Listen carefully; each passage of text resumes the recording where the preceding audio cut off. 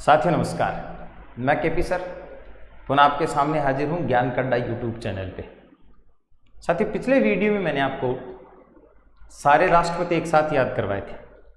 साथियों आज मैं एक बिल्कुल छोटा सा और बहुत बेहतरीन टॉपिक आपके सामने लेके आया हूँ और ये बहुत महत्वपूर्ण भी है।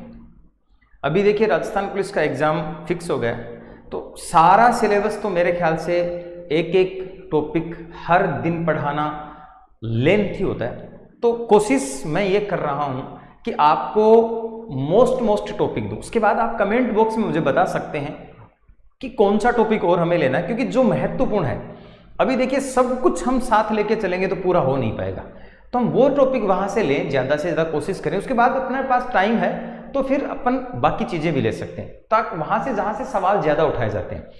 शुरू करते हैं। मैं आपके सामने एक बहुत छोटा सा टॉपिक ले रहा हूँ। टॉपिक तो बहुत बड़ा है लेकिन इसको अलग तरीके से समझाने की कोशिश करता हूँ, समझने की कोशिश करेंगे आप लोग।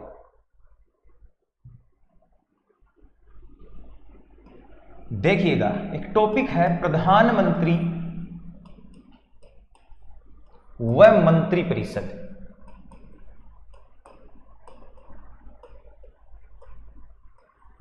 ठीक है भाई, प्रधानमंत्री व मंत्री परिषद। साथियों मंत्री परिषद के बारे में सुनते हैं, उसके बाद अपन प्रधानमंत्री की बातें करेंगे। क्या चीजें होती हैं, क्या होती हैं। देखिए अनुच्छेद 74 जो है, आपको पूरा मंत्री परिषद याद ना हो जाए तो वादा करता हूं आपसे वीडियो को डिसलाइक मार के आगे चले जाएं।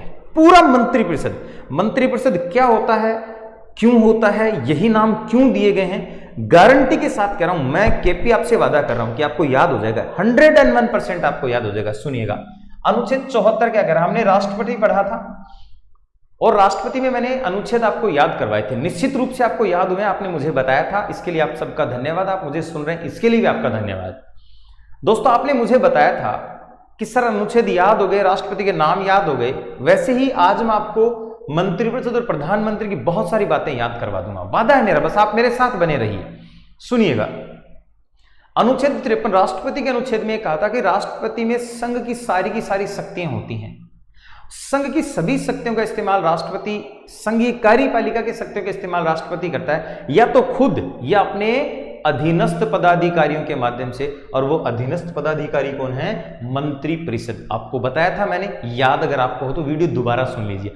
अनुच्छेद 74 में कहा गया कि राष्ट्रपति की सहायता के लिए क्या होगी? एक मंत्री परिषद होगी। अर्थात अनुच्छेद 74 में मंत्री परिषद का क्या है? उल्लेख है भाई कि एक मंत्री परिषद होगी। उसका अध्यक्ष कौन होगा? इस मंत्री परिषद का अध्यक्ष कौन है भाई? प्रधानमंत्री है। मंत्री परिषद का अध्यक्ष प्रधानमंत्री है। चलिए कोई बात नहीं, मान ली बात। अब देखो इस मंत्री परिषद में क्या होता है। अगर मंत्रियों की बात करें तो नियुक्ति राष्ट्रपति करेगा, अगर बात करें शपथ की तो राष्ट्रपति के समक्ष लेंगे, अगर बात करें त्यागपत्र तो राष्ट्रपति को देंगे, अगर बात करें हटाने की तो बात किसके समक्ष है? राष्ट्रपति के समक्ष। और ये सारी चीजें किस अनुच्छेद में होंगी? 75 में होंगी। अर्थात मंत्रिपरिषद में मंत्रियों की नियुक्ति, कार्यकाल या पद पर लगाना, पद से हटाना, विभाग बांटना, सारे काम किसके अनुसार होंगे? अनुच्छेद 75 के अनुसार होंगे। तो भाई देखो दो अनुच्छेद हो गए। एक अनुच्छेद तो 53 में जिसमें कहा गया कि मंत्रिपरिषद सहयोग करेगी राष्ट्रपति को, एक अनुच्छेद 74 है। देखिए तो एक तो अनुच्छेद 53 हो गया अपने पास, जो ये कह रहा है कि राष्ट्रपति के कार्य में सहयोग के लिए क्या होगी? कि मंत्रिपरिषद उसके सहयोग से कार्य करेगा। 74 में इसका क्या है? उल्लेख। और 75 में क्या है? इनकी नियुक्ति, शपथ, पद से हटाना, पद पर लगाना। चलिए भी बात यह कि मंत्रिपरिषद है क्या, सुनिएगा क्या है मंत्रिपरिषद। तो देखो भाई, मंत्री जहां एक साथ बैठते हैं उनकी जो परिषद है वो क्या कहलाएगी? मंत्री परिषद कहलाएगी। केवल मंत्री जहां बैठते हैं। अब देखिए संसद सदस्य नहीं होंगे इसमें, केवल मंत्री होंगे। अब सवाल ये कि मंत्रिपरिषद की सदस्य संख्या क्या होगी? तो मंत्रिपरिषद की सदस्य संख्या वर्तमान में जो है वो लोकसभा का 15% अधिकतम है। ज्यादा से ज्यादा कितना होगा? लोकसभा का 15%। चलो भाई ठीक है। अब इसमें मंत्री कौन कौन से होंगे, क्या क्या बातें होंगी? तो देखो इसमें 3 प्रकार के मंत्री हैं। 3 प्रकार के मंत्री हैं भाई। कौन कौन है 3 प्रकार के मंत्री, क्या क्या बातें करते हैं? तो देखो भाई, पूरा ध्यान से सुन लेना, मंत्रिपरिषद का सवाल गलत नहीं होगा, मेरा वादा है आपसे। एक भी सवाल गलत नहीं होगा, राष्ट्रपति के नाम वाले सवाल गलत नहीं होगा, गारंटी है मेरी। राष्ट्रपति का अनुच्छेद वाला सवाल गलत नहीं होगा, अगर आप केपी को सुन रहे हैं तो। और अगर नहीं सुन रहे हैं, बैठे यहां हैं, ध्यान कहीं और है, मतलब जिसको मैं कहता हूं कहीं पे निगाहें कहीं पे निशाना, तो याद नहीं होगा। लेकिन अगर मुझे ध्यान से सुन रहे हैं तो मैं वादा करता हूं आपसे, जो टॉपिक पढ़ा रहा हूं गलत नहीं होगा। सुनिएगा, एक तो भाई कैबिनेट मंत्री, कैबिनेट मंत्री क्या होता है? कैबिनेट मंत्री, देखो इनके पास एक विभाग होता है, एक विभाग। विभाग का मतलब आप समझ पा रहे होंगे, कृषि है, शिक्षा है, चिकित्सा है, वित्त वाणिज्य है, रक्षा विभाग है, गृह विभाग है, विदेश विभाग है, जहाजरानी विभाग है, सड़क परिवहन विभाग है, पंचायती राज विभाग है, बहुत सारे विभाग है, चिकित्सा विभाग है। एक विभाग का पूर्ण प्रभार होता है, पूर्ण प्रभार। पूर्ण प्रभार का मतलब क्या समझ रहे हो कि सारा का सारा कार्य उस विभाग का किसकी देखरेख में किसके नाम से होगा? इस एक मंत्री के नाम से होगा। जैसे मैं आपसे बात करूं, वर्तमान में भारत के शिक्षा मंत्री, चिकित्सा मंत्री, या जैसे रक्षा मंत्री, गृह मंत्री, जैसे मान लो भी हाल ही में कल, आज मैं आपसे बात कर रहा हूं, कल राजनाथ सिंह ने चीन और पाकिस्तान को चेतावनी देते हुए कुछ ये कहा, आपने पढ़ा होगा आज के पेपर में, यस और नो? यस। रक्षा मंत्री कौन है? राजनाथ सिंह। चीन पे विवाद चल रहा है, राजनाथ सिंह गए हैं बार बार दौरा करने, तो ये सारी चीजें, तो आप समझना बात को। विदेश मंत्री भी गए हैं, तो जैसे एक विभाग का संपूर्ण, अब रक्षा का विभाग का संपूर्ण प्रभार वर्तमान में किसके पास है? राजनाथ सिंह के पास है। तो एक विभाग होता है, पूर्ण प्रभार होता है। दरअसल होता क्या है, देखिए दूसरे मंत्री जो है वो है राज्य मंत्री। साथियों, राज्य मंत्री और कैबिनेट, इसके पास भी एक विभाग हो सकता है, या फिर ये क्या करेंगे, इसके सहयोगी भी हो सकते हैं। एक विभाग राज्य मंत्री के पास भी हो सकता है और कैबिनेट मंत्री के पास, पर दरअसल इनके पास ये इनके सहयोगी के रूप में कार्य करते हैं, या फिर वैसे भी बनाए जा सकते हैं। कैबिनेट मंत्री और राज्य मंत्री में फर्क कितना सा है? कैबिनेट मंत्री में वो लोग होते हैं जो प्रधानमंत्री के बहुत खास विश्वास पात्र होते हैं।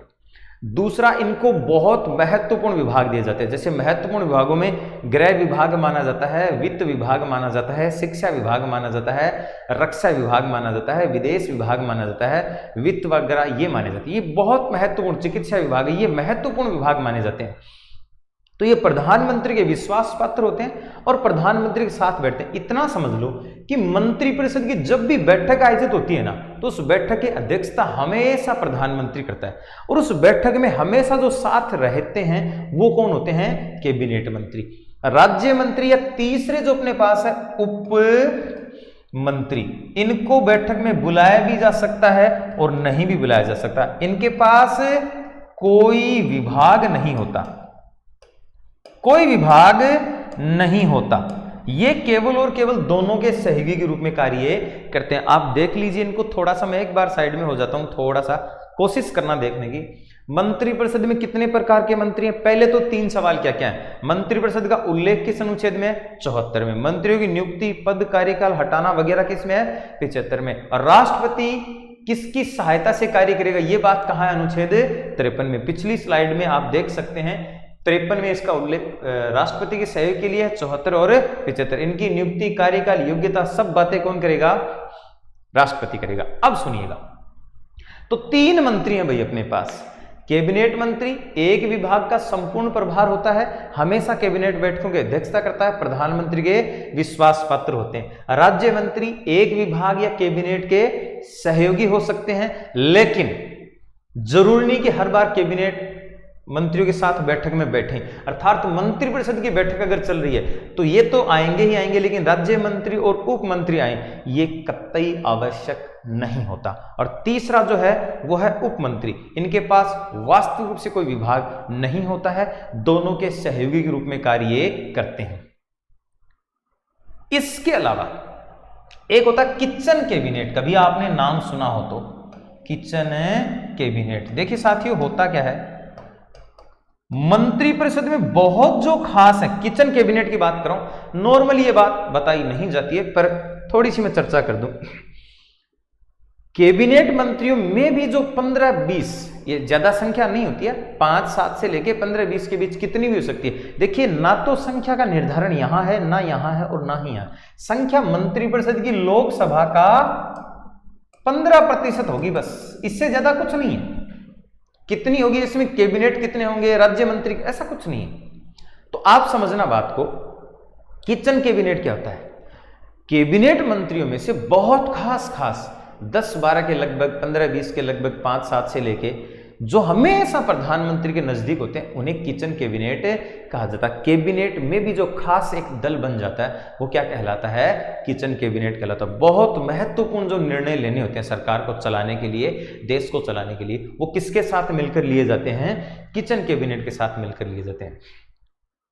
सवाल ये है कि आपको ये याद कैसे रहेगा कि कैबिनेट मंत्री कौन होता है, राज्य मंत्री कौन होता है, उप मंत्री कौन होता है। साथियों आपको बता दूं, पॉलिटिकल एक ऐसा सब्जेक्ट है जो आप जानते हो, बस उसको समझने की आवश्यकता है।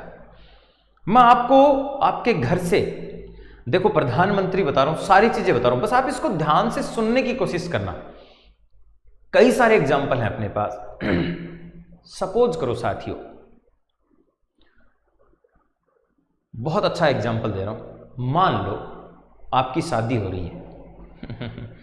शादी का नाम लेते ही आए हाय हाय हाय, जुग जुग जियो, है ना। चलिए भाई मान लो, हालांकि मानने से शादी नहीं होगी, उसके लिए मेहनत करनी पड़ेगी, पढ़ना पड़ेगा, और आप सब करोगे, पढ़ने का काम नहीं करोगे। बहुत सारे बच्चे पूछते हैं मुझसे कि सर कैसे पढ़ें, क्या पढ़ें। मैं कहता हूँ पढ़ तो शुरू। बहुत शानदार लाइन आपको बता रहा हूं। इंसान कहता कि पैसा हो तो मैं कुछ करके दिखाऊं, इंसान कहता कि पैसा हो तो मैं कुछ करके दिखाऊं, और पैसा कहता कि तू करके तो दिखा, मैं खुद तेरे पास आऊं। समझ पा रहे हैं मेरी बात को, मैं क्या करूं। अब कोशिश तो करिए ना यार, पढ़ने का जज्बा तो हासिल करिए, लेकिन दिक्कत तो ये कि आपका पढ़ने का मूड ही नहीं बनता। आपसे मैं सवाल पूछूं, निश्चित रूप से आपका जवाब, मैं जो सवाल पूछ रहा हूं, 4 सवाल आपके सामने रख रहा हूं, क्योंकि राजस्थान पुलिस का एग्जाम डेट आ गया, 2 महीने अपने पास है, उसी हिसाब से मैं आपको टॉपिक दे रहा हूं, बीच बीच में मोस्ट टॉपिक दे रहा हूं। सवाल यह है, पहला सवाल, 4 सवाल पूछ रहा हूं, निश्चित रूप से आपका जवाब हां में आएगा। क्या अगर आपने 2 दिन मोबाइल नहीं चलाया तो अगले 1 दिन आप ज्यादा मोबाइल चलाओगे या कम चलाओगे, यस और नो? तो आपका जवाब निश्चित रूप से यस होगा। 2 दिन मोबाइल नहीं चलाया तो आप जब भी चलाओगे, या 2, 3, 4, 5 घंटे नहीं देख पाते तो फिर आधा पौन घंटे आप मोबाइल चाहिए ही चाहिए, बोले पूरे दिन से अभी तो मिला है। अगर आप 2 दिन टीवी नहीं देख पाए तो अगले दिन मम्मी, जैसे ही आपने टीवी शुरू किया, मम्मी ने कहा बेटा टीवी बंद कर दे, निश्चित रूप से आप ये कहोगे मम्मी 2 दिन से तो आज ही देखना शुरू किया है।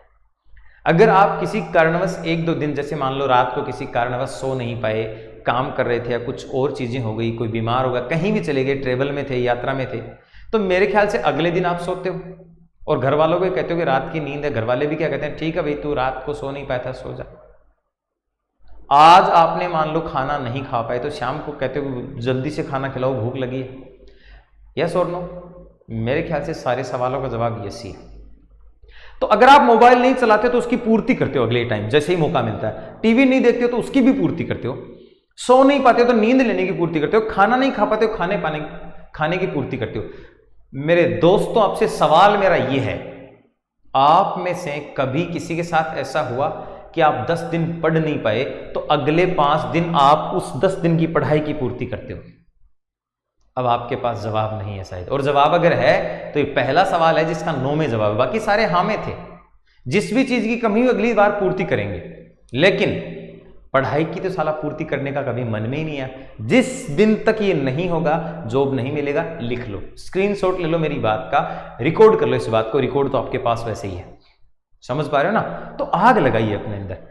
तो देखो मान लो आपकी कहानी बिल्कुल साफ साफ है, बिल्कुल इजी शब्दों में समझा रहा हूं, मंत्रिपरिषद पूरा याद हो जाएगा, प्रधानमंत्री के क्या कार्य है सारा याद हो जाएगा। सारा पावर किसके पास होता है? प्रधानमंत्री के पास होता है। अनुच्छेद 75 साफ साफ कह रहा है, चीख चीख के कह रहा है कि किसी भी मंत्री को पद पर लगाना, मतलब मंत्रियों की पद पर नियुक्ति, पद से विभाग देना, विभागों का बंटवारा करना, विभागों में फेरबदल करना और मंत्री को पद से हटाना, ये सारे कार्य अनुच्छेद 75 के अनुसार कौन करेगा? राष्ट्रपति करेगा। लेकिन किसके कहने पर करेगा? प्रधानमंत्री के कहने पर करेगा। अर्थात अनुच्छेद 75 के तहत मंत्रिपरिषद में मंत्रियों की नियुक्ति, विभागों का बंटवारा, विभागों में फेरबदल, एक मंत्री को पद से हटाना, सारे कार्य कौन करेगा? राष्ट्रपति। किसके कहने पर? प्रधानमंत्री। तो मतलब वास्तविक रूप से अध्यक्ष कौन है? प्रधानमंत्री। तो चलो कहानी पे आते हैं। मान लो आपकी शादी हो रही है। जैसे ही आपकी शादी होती है तो आपकी शादी से पहले कुछ प्लानिंग होती है, नहीं होती? आपकी शादी में प्लानिंग हो रही है, मामा जी बैठे हैं, बुआ जी बैठी है, मम्मी जी बैठे हैं, पापा जी बैठे हैं। आप भी शायद उस प्लानिंग में बैठने की कोशिश करोगे, लेकिन जैसे आप उस कमरे में गए, पापा ने कहा बेटा तू बाहर चल, हम अपनी बात करें। ये आपके घर में शादी के लिए एक बैठक चल रही थी। साथियों, ये जो बैठक चल रही थी, ये कौन सी बैठक थी? कैबिनेट बैठक थी। कौन सी बैठक थी? ये कैबिनेट बैठक थी। आप मंत्रिपरिषद के सदस्य, मंत्रिपरिषद को आप अपना परिवार समझ लीजिए, आप मंत्रिपरिषद के सदस्य थे, लेकिन आपको बैठक में शामिल नहीं किया। अब आप जो, जैसे मान लो मम्मी जी बैठे हैं, गृह मंत्री हैं, मामा जी बैठे हैं, विदेश मंत्री हैं, बुआ जी क्या करेंगी? कपड़े लाने, शादी में जेवर वगैरह लाने। तो कला और संस्कृति मंत्री बुआ जी, किसको बुलाना, नहीं करना, क्या करना, मामा जी बता रहे। और अध्यक्षता कौन करें? पापा जी करें। तो पापा तो कौन हो गए? प्रधानमंत्री। मम्मी कौन हो गई? गृह मंत्री। मामा कौन हो गए? विदेश मंत्री। बुआ जी कौन हो गई? कला व संस्कृति मंत्री। यस, बैठक चल रही, आपको नहीं बुलाया। मंत्रिपरिषद के सदस्य तो आप भी थे। थोड़ी देर बाद पापा ने आपको आवाज दी है। पापा ने कहा बेटा इधर। आप तो गेट के पास ही खड़े थे। बोले हाँ पापा। पापा ने पूछा शादी में तेरे कितने दोस्त आएंगे? आपने कहा पापा सोच के बताया। अब देखो, दोस्त तो दोस्त होते हैं, है ना? तेरे जैसा यार कहाँ, है ना? कहाँ ऐसा यार आना? तो दोस्त तो दोस्त होते हैं भाई, और हर एक दोस्त जरूरी भी होता है और हर एक दोस्त कमीना भी होता है। चलो, आपने सब सोच के बता दिया। बोले भाई 150। पापा जी ने कहा बेटा भंडारा नहीं कर रहे, अपन शादी कर रहे हैं, है ना? आपने कहा चलो ठीक है, फिर कम कर लेते हैं थोड़े से। आपने कितने बता दिए? 100। पापा ने कहा बेटा शादी है तेरी। अच्छा, ठीक। अब साला आप इतना खुश रहे हो कि आपको पता ही नहीं क्या करना है, बस आपकी तो शादी हो रही है। आपने फाइनली बोले कि 30। पापा ने कहा चल ठीक है, 30 तेरे और 70 मेरे। अब देखो पापा ने क्या किया। पापा तो पापा होते हैं, और बापू सेहत के लिए तू तो हानिकारक है ना। पापा तो पापा है भाई। बोले दोस्त कितने आ गए अपने? 100। ये आपके बाहर से आने वाले मेहमान है, मतलब विदेश से आने वाले मेहमान है, बाहर से आने वाले मेहमान हैं। तो चलो भाई, पापा ने बोला कि आप इन 100 दोस्तों का ख्याल रखोगे। तो आपको क्या दे दिया? एक विभाग दे दिया। आप क्या बन गए? राज्य मंत्री बन गए। बैठक में आपको अब भी शामिल नहीं किया, आपको वापस भेज दिया। आप अपने कमरे में आए। थोड़ी देर बाद आपको याद आया कि अपनी ही तो शादी है। अपनी ही शादी में अगर मैं 100 लोगों का ख्याल रखूंगा तो शादी में मैं बाकी चीजें कैसे कर पाऊंगा? सेल्फी भी तो लेनी है। यस, सेल्फी भी तो लेनी है। चलो भाई, आप वापस गए। आपने पापा को बोला पापा माना कि मैं 100 लोगों का ख्याल रख सकता हूं, लेकिन अगर मैं ख्याल नहीं रख पाया तो थोड़ी दिक्कत हो जाएगी। मान लो कि आपका कोई दोस्त है, मैं उसका ख्याल नहीं रख पाया। तो पापा ने बोला कोई बात नहीं, तेरे मामा जी बात लेके आएंगे, और मामा जी का लड़का मुकेश, ठीक है भाई, मामा जी का लड़का मुकेश आएगा। तू जिन लोगों को कार्य नहीं कर पाएगा, चाय पानी नहीं दे पाएगा, उनको कार्य कौन करेगा? मुकेश। मुकेश कौन है? उपमंत्री। पूरी कहानी दोबारा से दोहराऊं। आपकी शादी की बैठक चल रही थी, कैबिनेट बैठक थी, मंत्रिपरिषद की बैठक थी। अध्यक्षता कौन कर रहे थे? प्रधानमंत्री। आपको बैठक में नहीं बुलाया। आपको बैठक में बुलाया, इतना सा कहा कि ये कार्य करना। आप क्या बन गए? राज्य मंत्री। एक विभाग दे दिया। मुकेश को कोई काम, कोई विभाग थोड़ी दिया गया। ये कहा गया कि जब तू नहीं रहेगा तब काम कौन करेगा? मुकेश। देखो मैंने क्या कहा था, एक विभाग का पूर्ण प्रभार होता है। राज्य मंत्री के पास एक विभाग का पूर्ण प्रभार भी हो सकता है, या ये इनके सहयोगी हो सकते हैं, और उप मंत्री के पास कोई विभाग नहीं होता, ये दोनों के सहयोगी के रूप में कार्य करते हैं। जैसे आपका सहयोग कौन कर रहा है, मामा जी का लड़का मुकेश, मामा जी का लड़का मुकेश आपका सहयोग कर रहा है, तो ये तीनों मिला के क्या बनती है, मंत्रिपरिषद बनती है। मेरे ख्याल से आपका सवाल गलत नहीं होगा। दूसरा एक छोटा सा एग्जाम्पल देता हूं, आप सोच लीजिए मंत्रिपरिषद की एक बस चल रही है, मंत्रिपरिषद की क्या है, बस। अब आप मुझे बताइए इस बस को चलाएगा कौन, निश्चित रूप से प्रधानमंत्री चलाएगा। इस बैठक को कौन चला रहा है, बस को कौन चला रहा है, प्रधानमंत्री। अब एक बात बताइए, केबिन में, बस का जो केबिन होता है उसमें कौन लोग बैठेंगे, प्रधानमंत्री के सबसे खास बैठेंगे या उसके विरोध करने वाले बैठेंगे, सीधी सी बात है, उसके खास लोग बैठेंगे। तो केबिन में बैठे हैं वो तो कौन है, कैबिनेट मंत्री। आप ये समझ लीजिए जो सीट है ना, वो एक सीट तो एक विभाग है, तो केबिन में बैठे हो तो कैबिनेट मंत्री, पीछे की सीटों पर बैठे वो क्या है, राज्य मंत्री, क्योंकि इनके पास भी एक सीट है। और जो खड़े हैं ना बस में, वो कौन है, उप मंत्री। जैसे ही इनमें से कोई हटा, इनको क्या मिल जाएगी, सीट मिल जाएगी। याद रह जाएगा मेरे ख्याल से। तो इस तरीके से हम ये सारी चीजें याद कर सकते हैं। अब रही बात थोड़ी सी प्रधानमंत्री की, लेकिन उससे पहले एक थोड़ा सा और है, मंत्रिपरिषद का एक चौथा स्तर भी होता है, मंत्रिपरिषद का एक चौथा स्तर भी होता है, जिसे हम संसदीय सचिव कहते हैं। क्या कहते हैं, संसदीय सचिव। ये वास्तविक रूप से मंत्री नहीं होते, बस माना जाता है। संपूर्ण मंत्रिपरिषद के कार्यों में सहयोग हेतु प्रधानमंत्री द्वारा जिनकी नियुक्ति की जाती है वो क्या कहलाते हैं, संसदीय सचिव कहलाते हैं। साथियों अब भी आपको बता दूं कि मंत्रिपरिषद तो कितने प्रकार की है, 3 ही प्रकार की होती है मंत्रिपरिषद। तो मंत्रिपरिषद तो कितने प्रकार की है, 3 ही प्रकार की है। लेकिन चौथे स्तर के रूप में, चतुर्थ श्रेणी के रूप में संसदीय सचिवों की नियुक्ति प्रधानमंत्री के द्वारा की जाती है, जो संपूर्ण कार्य व्यवस्था को देख रेख का कार्य करते हैं, सबके सहयोग के रूप में करते हैं। विभाग से इनका कोई लेना देना नहीं होता है। यह कहानी है मंत्रिपरिषद की। अब एक चीज जो इसमें बहुत महत्वपूर्ण है वो क्या है कि कैबिनेट मंत्रियों को मंत्रिमंडल कहा जाता है। क्या कहा जाता है, मंत्रिमंडल। अब बहुत महत्वपूर्ण बात है, सुनेंगे, देखो आप बात को, बहुत महत्वपूर्ण बात बता रहा हूं। मंत्रिमंडल क्या होता है, सुनना कहानी को, सुनो। मंत्रिमंडल की बात मैं आपसे कर रहा हूं।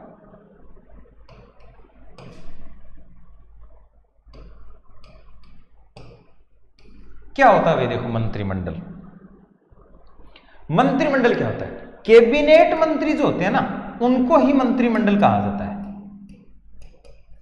कैबिनेट मंत्री जो हैं उनको मंत्रिमंडल कहा जाता है। अब देखो आपसे सवाल पूछे कि क्या मूल संविधान में मंत्रिमंडल शब्द का उल्लेख था, आप उत्तर बताओगे नहीं था। आपसे पूछे संविधान में मंत्रिमंडल शब्द का उल्लेख कितनी बार हुआ है, आप क्या बताओगे, 1 बार हुआ है। आपसे पूछे कब आया मंत्रिमंडल, तो आप बता देना 44वां संविधान संशोधन 1978 के द्वारा संविधान के अनुच्छेद 352.3 में किसका उल्लेख किया गया भाई, मंत्रिमंडल का। सारे मंत्री जहां बैठेंगे वो तो है मंत्रिपरिषद, और केवल कैबिनेट मंत्री है वो क्या कहलाएगा, मंत्रिमंडल। अब क्यों बताइए ये बात, क्योंकि अगर आपसे पूछे मंत्रिमंडल शब्द का उल्लेख कहां है, तो मेरे ख्याल से आपको ऑप्शन क्या देगा। बहुत अच्छा सवाल लग रहा हूं, मंत्रिमंडल का उल्लेख संविधान के किस अनुच्छेद में, यह सवाल अगर आपसे दिया जाए, आपको ऑप्शन में 73 अनुच्छेद देगा, आपको अनुच्छेद 74 देगा, आपको अनुच्छेद 75 देगा, और आपको अनुच्छेद 352 देगा। सवाल क्या है, ये ऑप्शन है आप लोगों के लिए। सवाल था कि मंत्रिमंडल शब्द का उल्लेख संविधान के किस अनुच्छेद में। देखो भाई, मंत्रिपरिषद की बात यहां भी है, मंत्रिपरिषद नाम यहां भी है, मंत्रिपरिषद नाम यहां भी है। यहां तो क्या कह रहा है कि राष्ट्रपति के कार्य में केंद्र की संघ की कार्यपालिका शक्ति का प्रयोग राष्ट्रपति स्वयं या अपने अधीनस्थ पदाधिकारी अर्थात मंत्रिपरिषद के माध्यम से करेगा। मंत्रिपरिषद है भाई, आपसे बात करेगा कि राष्ट्रपति के कार्य में सहयोग के लिए एक मंत्रिपरिषद होगी, आपसे बात करेगा मंत्रिपरिषद की नियुक्ति। अनुच्छेद 78 भी आता है ऐसे तो, लेकिन आप यहां एक चीज समझना, 352 में मंत्रिपरिषद ना होकर किसका उल्लेख है, मंत्रिमंडल का है, कि यदि राष्ट्रपति को आपातकाल लगाना है तो ये मंत्रिमंडल का लिखित परामर्श चाहिए। मोरारजी देसाई प्रधानमंत्री का कार्यकाल और 44वां संविधान संशोधन अनुच्छेद 352.3 में मंत्रिमंडल शब्द जोड़ा गया। और प्यारे दोस्तों, मंत्रिमंडल शब्द का उल्लेख पूरे संविधान में केवल एक ही बार हुआ है। आई बात समझ में? तो ये तो थी मंत्रिपरिषद और मंत्रिमंडल और तीनों प्रकार के मंत्रियों की कहानी। अब रही बात प्रधानमंत्री की, तो देखिए प्रधानमंत्री जो होते हैं वो संसद के सदस्य के रूप में होते हैं और संसद के सदस्य के रूप में ही ये होते हैं। ये अलग बात है कि संसद का सदस्य न होने के बावजूद भी प्रधानमंत्री बनाया जा सकता है। वो प्रधानमंत्री का टॉपिक जब हम पढ़ेंगे तो उसकी बात करेंगे। मंत्रिपरिषद के अध्यक्ष के रूप में प्रधानमंत्री करता है। सारे कार्य प्रधानमंत्री के नेतृत्व के नीचे किए जाते हैं। इसीलिए कहा जाता है कि मंत्रिमंडल की मेहराब की आधारशिला जो है वो धुरी जो है वो कौन तय करता है, या मंत्री परिषद रूपी भवन की आधारशिला कौन होता है? प्रधानमंत्री होता है। प्रधानमंत्री इस मंत्रिपरिषद तारों के समान सूर्य है, अर्थात मंत्रिपरिषद को हम तारे मान ले तो उसमें चमकता हुआ सूर्य कौन होता है? प्रधानमंत्री होता है। इसीलिए कहते हैं कि प्रधानमंत्री की स्थिति जो है वो प्रथम में समान होती है, समान में प्रथम होती है, क्योंकि ये सारे के सारे एक ही जैसे होते हैं। प्रधानमंत्री का वेतन संसद के सदस्य के रूप में होता है, अलग से कोई वेतन नहीं होता। हालांकि उसके कार्य भत्ते जो है वो अलग बढ़ जाता है, वेतन के रूप में वही होता है जो इनका होता है। तो आप समझना बात को कि प्रधानमंत्री की स्थिति समान में प्रथम होती है, क्योंकि वही कार्यकाल, वही योग्यता, वही चुनाव, वही बातें, लेकिन कोई ये सारे जो मंत्री है ना, इन मंत्री परिषद में से कोई एक व्यक्ति क्या बनेगा? प्रधानमंत्री बनेगा। अगली क्लास में मैं आपसे कोशिश कर रहा हूं कि अगली क्लास में आज तक जो भारत के प्रधानमंत्री बने, जैसे मैंने राष्ट्रपति वाला बताया था, देखिए आपके सामने फैक्ट उठना बहुत जरूरी है। और मेरे ख्याल से फैक्ट वाले सवाल अगर मैं सही करवा दूं तो बहुत सारे सवाल हल हो जाएंगे। अगले कार्यकाल में अगली क्लास में मैं आपसे बात करूंगा कि अब तक जितने प्रधानमंत्री बने कब से कब तक, और उस प्रधानमंत्री की क्या क्या घटनाएं हैं। देखिए अगर अब मैं शुरू कर दूं तो एक प्रधानमंत्री के कार्यकाल में इतनी सारी घटनाएं हैं, क्योंकि YouTube पे बहुत सारे टीचर्स ने बहुत बड़ा भी पढ़ा है, बहुत छोटा भी पढ़ा है। मैं ना तो बहुत बड़ा पढ़ाने की कोशिश करूंगा। ऐसे अगर हम बात करें जवाहरलाल नेहरू का कार्यकाल, जैसे मान लो लगभग 17 वर्ष है, 16 वर्ष 9 माह है 13 दिन। अब इतनी सारी घटनाएं हैं कि 1 घंटे की क्लास में वही पूरी नहीं हो सकती, और मुझे नहीं लगता कि इतना समय हमारे पास है। पंचशील की बात कर लूं, तटस्थता की बात कर लूं, ये कितनी सारी बातें आपसे करूं, गुटनिरपेक्ष की बातें करूं, एक गुटनिरपेक्ष को समझाने में पूरा दिन लग जाएगा। मैं इसलिए आपसे ज्यादा डिटेल में नहीं जाऊंगा। समझाने को तो मैं 2 घंटे भी ले लूं, 3 घंटे भी ले लूं। गुटनिरपेक्ष क्या, जितना बोलो उतना ही कम है। पंचशील के बारे में बहुत सारी बातें कर सकते हैं, लेकिन हम वही बातें करेंगे जो बेसिकली मुख्यतः हमारी एग्जाम में आने लायक हैं, क्योंकि हमें पॉलिटिकल का और आपको पॉलिटिकल हिस्ट्री जो भी आप पढ़ रहे हो उसका मास्टर नहीं बनना। आपको उतना नॉलेज लेना है जितना आप एग्जाम में सही कर सकें। आपको तो मैं इतना ही कहूंगा कि अगर आपने सवाल भी सही कर लिया बस ठीक है, आपको नॉलेज है या नहीं इससे कोई लेना देना नहीं। इसलिए कल की जो अपने वीडियो बनाया था मैंने और गजेंद्र जी सर ने कि क्या पढ़ें, कैसे पढ़ें और कितना पढ़ें, आप उस चीज को ध्यान दीजिए। सब कुछ नहीं कर सकते, लेकिन कितना करना आपके लिए जरूरी है ये केवल आप तय कर सकते हैं। हम बता सकते हैं, करना आपको है। तो अगली क्लास में प्रधानमंत्री जो बने हैं पूरे पहले से लेकर वर्तमान तक, किस समय से लेकर कब तक, और उन कार्यकाल के दौरान जो महत्वपूर्ण घटनाएं हैं वो, और उस व्यक्तिगत रूप से जो महत्वपूर्ण घटनाएं हैं उन सब की हम चर्चा करेंगे। तब तक के लिए नमस्कार। अगर आपको क्लास अच्छी लगे तो वीडियो को लाइक करें, शेयर करें और कमेंट करें। इस बात से भी कोई ताल्लुकात नहीं है कि आपके बिना लाइक किए, बिना शेयर करे हम वीडियो नहीं बना पाएंगे, ऐसी भी कोई बात नहीं है। ये तो केवल आपकी सोच है, क्योंकि आपका एक सहारा हमें बहुत, कहते हैं ना डूबते को तिनके का सहारा, डूबते को तिनके का सहारा नहीं तो इसकी एक उम्मीद बन जाती है। आप इस मजेदार में हो कि क्या करें, इसलिए हम आपके लिए एक उम्मीद लेके आए। आपका जवाब हमें देखता कि हमारी आपके प्रति जो जवाबदेही वो कितनी बेहतर है, आप क्या चाहते हैं, कैसे चाहते हैं। बाकी तो हम अपना काम करेंगे और आप अपना काम करेंगे। फिर भी अगर आपको अच्छा लगे तो लाइक करें, शेयर करें, कमेंट करें। तब तक के लिए नमस्कार। अगली क्लास में याद रखना टॉपिक थोड़ा सा अध्ययन कर लें, प्रधानमंत्री जो बने हैं पहले से लेकर वर्तमान तक। एक बहुत अच्छा सूत्र देने की कोशिश करूंगा 4 लाइन का, और उसके बाद अपन सारी बातें करेंगे। नमस्कार।